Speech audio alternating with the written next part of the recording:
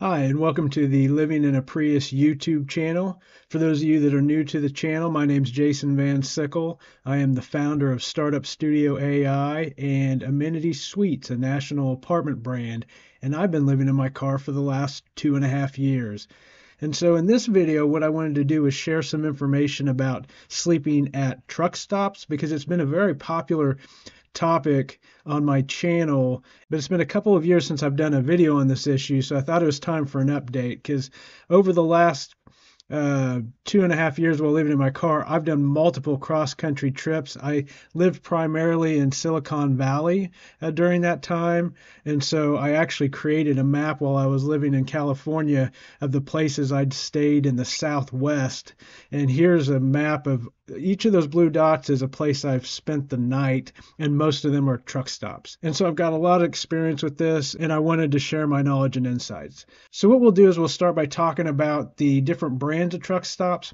Then we'll talk about how you know whether you're allowed to sleep at certain truck stops. And then if you do sleep at a truck stop, where's the best place in the parking lot to sleep?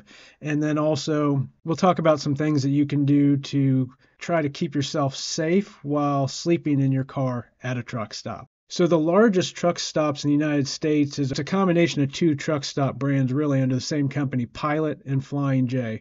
And so the one place I probably stayed the most is Pilot truck stops because they're just really friendly. So this is a Pilot truck stop that I stayed at in Stafford, Texas, and I've actually stayed there multiple times. This is another truck stop I've stayed at. This is a Flying J, and this is a bigger truck stop here. This is in Butte, Montana. Another national brand is TA or Travel America brand. They're also a good one. They tend to have bigger truck stops and usually don't have any signs saying you can't stay overnight. And we'll talk about signs here in a minute. Literally signs that are posted to let you know whether you can stay at a truck stop. And then finally, one of the larger brands is Love's. Love's tends to be more frequent with having no overnight parking signs and signs that warn against staying in the parking lots. I think that has to do more with the fact that they're typically in urban areas near larger cities, and that can have a big factor. You're much more likely to find truck stops where it's okay to stay overnight out in rural areas. And I think the reason for that is primarily because near big cities, you have a lot larger homeless populations. If someone's homeless, they typically, and I'm not talking about living in a car, I'm talking about true street homeless. You are going to be in a bigger city because that's where all the homeless resources are. And it's going to be tough to travel into rural communities hundreds of miles away. So in my experience, most of the truck stops that are out in the middle of nowhere or out in rural areas rarely have signs posted, although there can be exceptions. But for most part, if you're out in a rural area, out kind of in the middle of nowhere on a highway, you'll typically have a lot better luck finding a truck stop that doesn't have any signs posted against staying in the parking lot. And so let's talk about signs, because that's how you know whether you can or can't stay in a parking lot overnight. Because I'll tell you, these truck stops have been in business for years, and they know people sleep in their parking lot in addition to the truckers that stay there. And so if they have an issue with people staying in their parking lot, they will make it clear through signs. And so here's a sign that you typically see at an entrance to a truck stop, and it mentions towing, but that doesn't mean it's saying you can't stay in their parking lot. It's just saying anything other than traditional vehicles will be towed away. And so if you see a sign like this, just kind of read the fine print. You don't see anything on there that doesn't say no overnight parking, any of the typical warning signs that we look for on signs. So I wouldn't be worried about a sign like this.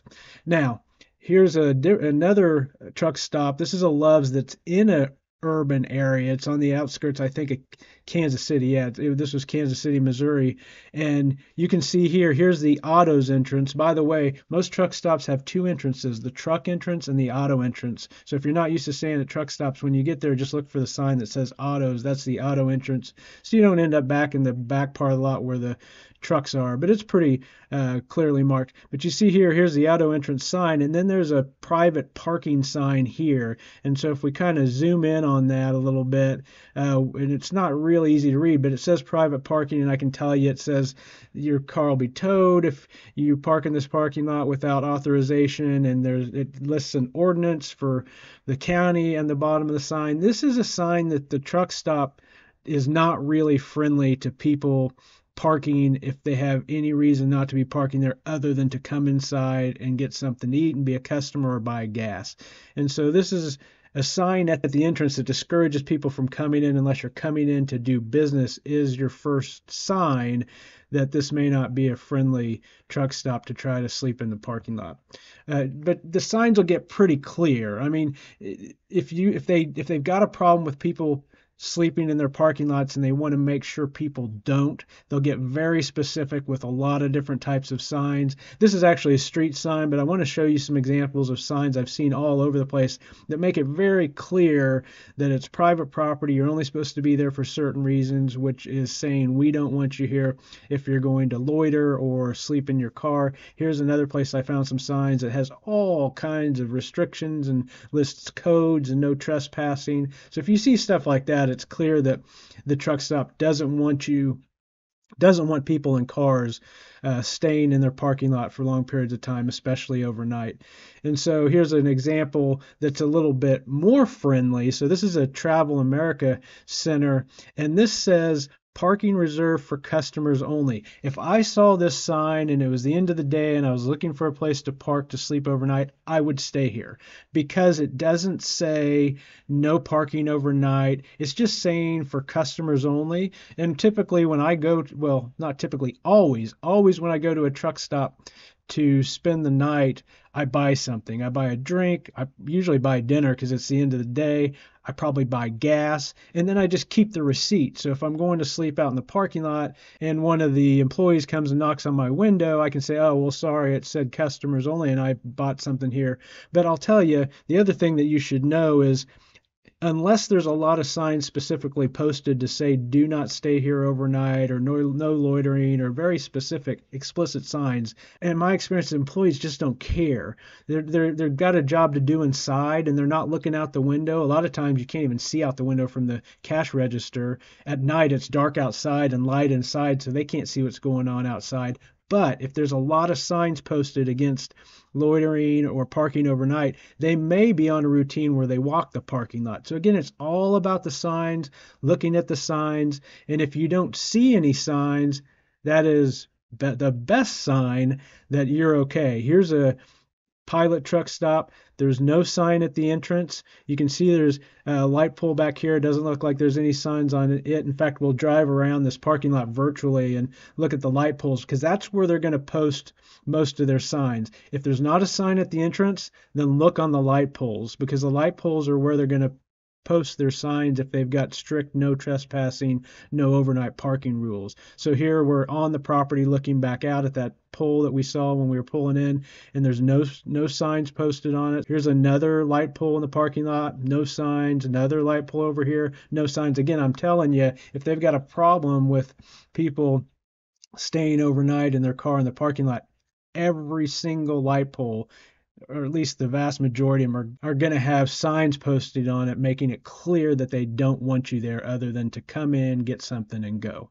And so now let's talk about if you find a good parking lot that you can stay in, how you keep yourself safe at a truck stop, because I know that's a concern for a lot of people of whether it's safe to park at a truck stop. Now I'll tell you that just in general, every time I park somewhere for the night, I always park as close to the brightest light in the parking lot that I can. And I also park in high traffic areas. So here's a pilot truck stop. Here's my Prius over here. I'm near a drive-through for a 24-hour Wendy's at the truck stop. I'm near a big light. I'm right underneath this well-lit sign.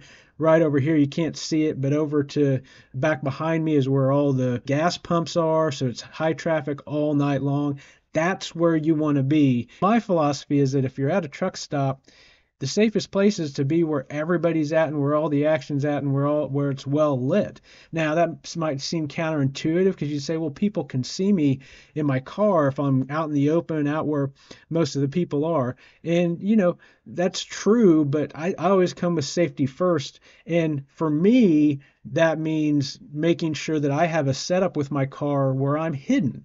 Now, this is probably more applicable to people who live in their car or car camp, and maybe not if you're just a traveler that travels a lot and may occasionally need to grab a quick night's sleep because you're on the road for a long distance.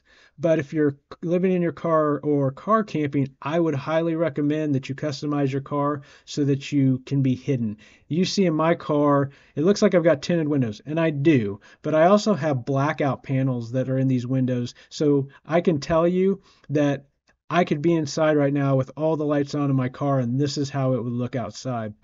And so, just real quickly, for those that live in your car or may car camp, I've got some videos on this channel that you can find in the playlist, which is linked below, where I show how I made these blackout panels for my car. And I made one for every single window. Here it is from the inside at night. So I've got panels on here. They're white on the inside, so they reflect the light and keep it light on the inside, but they're spray painted black on the outside.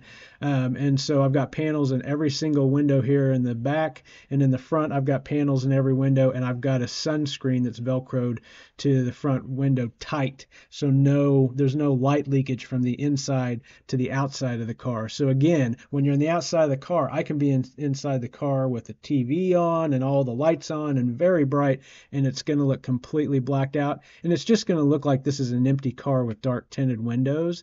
It's not going to look like somebody's in there hiding out sleeping. So if you're living in your car or car camping and going to stay at a truck stop frequently, I would recommend you look at my videos on how to make these blackout panels. The other thing too is with the blackout panels, you can't see anything outside. So the other thing I've done is I've created a camera system for my car. And again, you can go into the description section below and see the playlist for all the videos on this channel and browse through them, and you can find a video where I showed how I made these cameras. But I made these little cameras that go in panels in the side windows, and then I've got a little monitor that I can turn on and see what's going on outside my car. So I can be completely hidden, but I can see what's going on in the outside world, which gives me a lot of psychological comfort when I'm staying at a truck stop or a campsite or anywhere else. And that's important because I'll tell you that I have been living in my car now for 2.5 years, traveled over 10,000 miles crisscrossing the country, staying at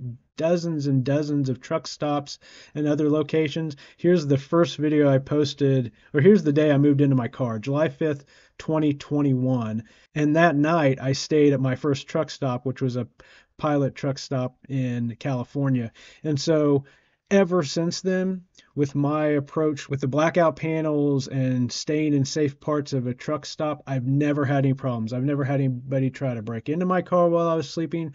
I've never had anybody knock on my window and say, hey, what are you doing here? In fact, I'll tell you that the system works so well, I actually slept in my car in front of a police station one night. I was in the middle of a city and I couldn't really find any place else that was close. It was late. I really wanted to go to sleep, but I found a police station. I'm like, you know what?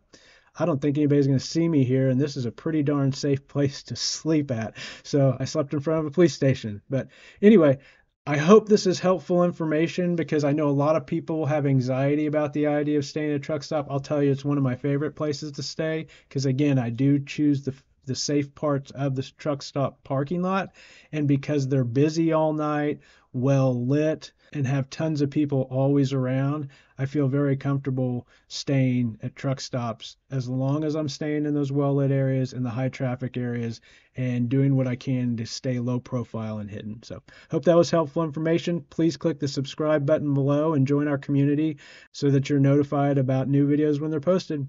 Thanks for watching this video.